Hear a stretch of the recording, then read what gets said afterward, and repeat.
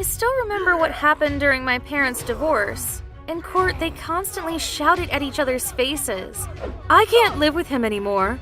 He's messy, snoring loudly, and unhygienic.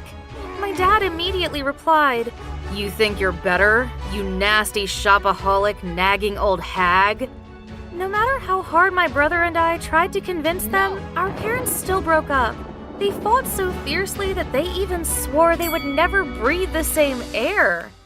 After that day, my family was splitted. I, Jelly, lived with Mom and my brother, Ben, lived with Dad in a nearby city. After the divorce, Mom tried to date many different men, but no one was Mr. Right. Somehow she was always betrayed, and I had to comfort her every time she cried because of a broken heart. One day while I was sleeping, I was startled by a constant knock on the door. For Christ's sake, Mom was drunk again. She reeked of alcohol, and the person who was helping her was... Dad? Dad?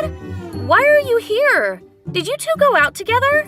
He sneered. In your dream. I ran into her at the pub. A bunch of disgusting men were trying to get her drunk. Keep her chained, will you? She won't be lucky the second time. Dad left angrily, and Mom kept calling a certain guy's name in her drunken state. Oh, Peter, please don't leave me. Jeez, Mom! Wake up! You know, Dad only visited me on special occasions, so meeting him back then was a miracle. Anyway, I was relieved that thanks to him, Mom got home safely. The next morning, she had no memory of what happened last night. Dear, I'm seeing Peter, a handsome pilot on Tinder. Ugh, Tinder swindler. I sighed, rolled my eyes, and just went straight to school. In the days that followed, Mom was very strange. She laughed alone, sang all day, often dressed up to go out in the evening. I warned her. Dad said he saw a bunch of men trying to get you drunk. Was Peter in there? That's a huge red flag. Dear, I'm 25 years older than you. I can take care of myself, all right? And how can a woman live without love? But Mom, I really don't like your date this time. I'll stop you, I'm serious. One day when I came home late from a party, I was startled to see a figure jumping out of my mom's window. Terrified, I ran to her. Mom, are you okay? Someone just broke into our house. She was lying on the bed, half sleepy. I don't see anyone. You're imagining things. But when I glanced down at the floor, a man's sock was there. Did you bring a man into your room? Haha, no, I must have mistakenly gotten it at the laundromat. Huh, that's sus. One day when I got home from school, I saw a letter on my desk with some money. Dear Jelly, I'm going on a trip with my bestie Lynn for a few days. I'll be back. Don't worry. Grr!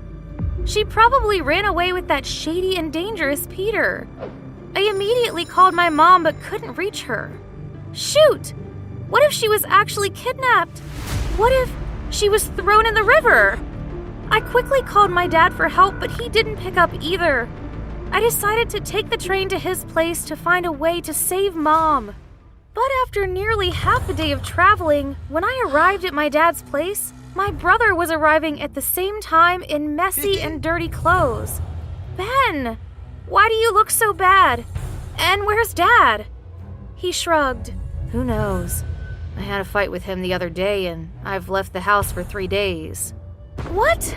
Never mind. Listen, Mom might be in danger. We need Dad to find a way to save her.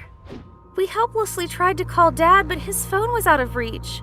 Ben saw a letter on the table and gave it to me. Looks like he's on a business trip. See this? He left a note and some money for me.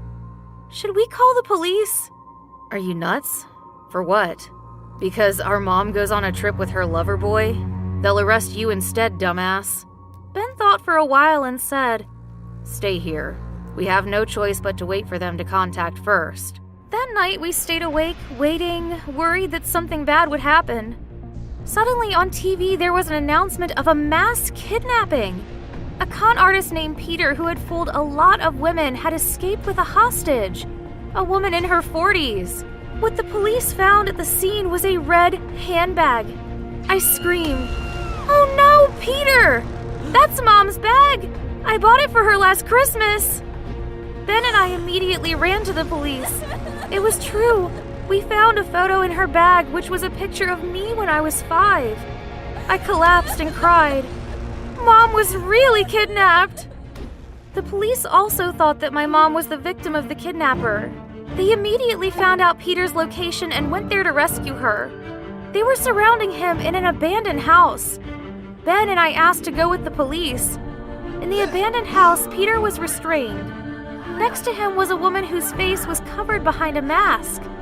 I cried and called out for Mom, but when the mask was opened, I was shocked that it was Lynn, Mom's bestie. The police successfully rescued the hostage and brought us back together. On the way home, Lynn told us everything. Peter was also flirting with me, and your mom has been seeing another man lately. She lent me her bag for my date. But Mom said she traveled with you. Where could she be? Suddenly, my brother received a call from our dad. Tonight at 8 p.m., come to the Maisonal restaurant. There's something important and I want you to be there. Where are you? Jelly and I went looking for you all day. Dad was excited. Jelly is with you. Bring her there too. We went to the Maisonal restaurant together.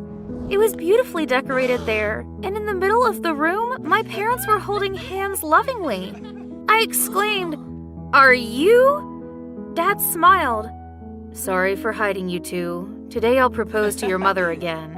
He knelt down and pulled out his engagement ring, and of course, Mom nodded in excitement. What the hell is going on? Wait, my dad was wearing 2 different colored socks. He stammered. One of my socks got lost somewhere and I couldn't find it. Today I was in a hurry, so... He didn't have to say more. I knew where he was. The color of the other sock matches the one I found in my mom's room last time. It turned out that they had secretly dated each other for a while. Mom said, I'm a bit embarrassed. I had sworn I wouldn't be with him anymore, but I didn't expect this. He has followed and protected me ever since that time we met at the pub. Well, I fell in love with him again. Finally, our family is happily reunited. After learning about the kidnapping, Mom felt so lucky to have escaped from such a dangerous person. There's nothing more she can ask for. Dad is always there to take care of her. Life has never been better. Time to enjoy it. It was 1 a.m. when I came home from my bestie's birthday party. As I was sneaking through the window into my room, I heard footsteps. Shoot! It's Ball! I jumped straight into bed, covered myself with a blanket, and pretended to close my eyes. My sister came into the room, coming very close to me to make sure I was asleep. Seeing nothing out of the ordinary, Ball pulled the blanket for me. Sleep tight, sis. I hope you'll always behave. Whew, close call. Hi, I'm Leia. I'm turning 15 this year, and I'm living with my older sister, Ball. After our parents passed away in a car accident 2 years ago, Ball became my only relative. But I always hid her from my friends because my sister has an eccentric appearance, an unpleasant personality, and she has a job that not many women choose to do, a taxi driver. As usual, before leaving the house to start her evening shift, Ball told me, study well and go to bed early. Absolutely don't leave the house, okay? I replied obediently, yep. Before leaving the house, Ball even carefully locked the door from the outside. But she didn't expect that I had secretly built a ladder to sneak out from my room window. After Ball left, I immediately called Luna, hurriedly put on makeup, and changed into a very smexy outfit. Ken, an upperclassman, drove us all the way to the party at Sam's house. After a few hours, when I looked at the clock, I was startled because it was already past 12 a.m. I hurriedly urged Luna, shoot, it's too late, I have to go home. Ball will finish her shift at 1 a.m., by which time I should be in bed. We gotta go look for Ken then. But to our horror, he was lying unconscious under the table in a drunken state. Sam exclaimed, he stole my dad's bottle of wine and emptied it. Damn it! Ben was the only one who knew how to drive, and I must go home soon. With no other choice, Luna and I had to carry Ken to the street to stand and hail a taxi. Fortunately, a taxi stopped, and the 3 of us rushed to the car. But when the driver asked for the address, I was shocked to realize it was my sister Ball. Ball stared at my outfit, then glanced at Ken in astonishment. She angrily shouted, "Leah, how dare you disobey me and sneak out? Go home, now." I pleaded, "I'm sorry about that, but can you at least bring my friends home?" "No. Leave now." No matter how much I begged, Ball chased Luna and Ken out of the car and drove me home. Luna called me shortly after. "Leah, seriously? You left me with a drunken Ken in the street." "Listen to me, Lou. I didn't mean to. It was my sister who forced me to do it." "Your sister is a control freak." Luna hung up the phone in exasperation, and I was very angry with my sister. "Why do you always have to control me? I'm 15 already. You abandoned my friends and made me embarrassed. Now they all hate me." Ball was pissed off. "So, why did you disobey me? And how did you sneak out? I locked the door from the outside." Soon after, Ball rummaged through the house and found my homemade ladder outside the window. She immediately installed a solid barrier there, preventing me from sneaking out. And that's not all. All the other windows in the house were made like that. Ugh, she's just too much. Since that day, I had been locked at home. Ball took me to school and drove me home every day. I was like a prisoner. After learning about my situation, Luna and Ken forgave me. I sighed. If I can't go out this weekend, I'll go crazy. Luna suddenly smiled. Let's rescue our locked-in princess. We'll go on a picnic in the suburbs this weekend. How? Easy peasy. We'll call a locksmith. Great idea. It only took a while for the locksmith to saw off my house's lock. We happily hugged each other and quickly jumped into Ken's car. Ken suddenly hesitated. What if your sis caught you again? Relax, it's the weekend. She'll work all day. It's fine, as long as I'm home before 11 p.m. Having said that, we immediately sped off, heading towards the outskirts of the city. We played music loudly and cheered excitedly after the successful escape. Luna suggested opening the ceiling door and standing up to get some fresh air. I excitedly agreed. Ken drove while Luna and I were standing and celebrating. But unfortunately, when we were crossing a boulevard, I caught sight of Ball picking up guests. Leah, stop!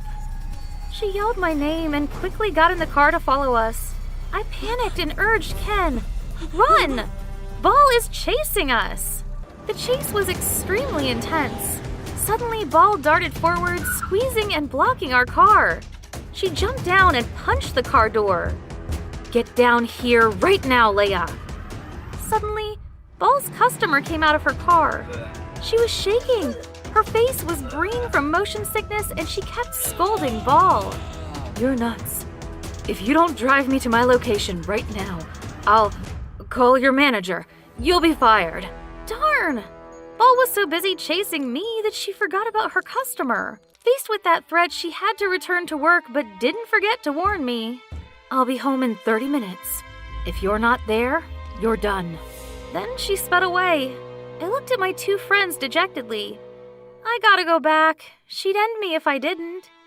But another disaster occurred when I got home. The door was left open. The furniture was turned upside down and a bunch of valuables were stolen. Shoot! After breaking the lock, I was so excited to leave that I forgot to lock the door. What's worse, the thief hadn't left. He rushed over to cover my mouth. Don't scream.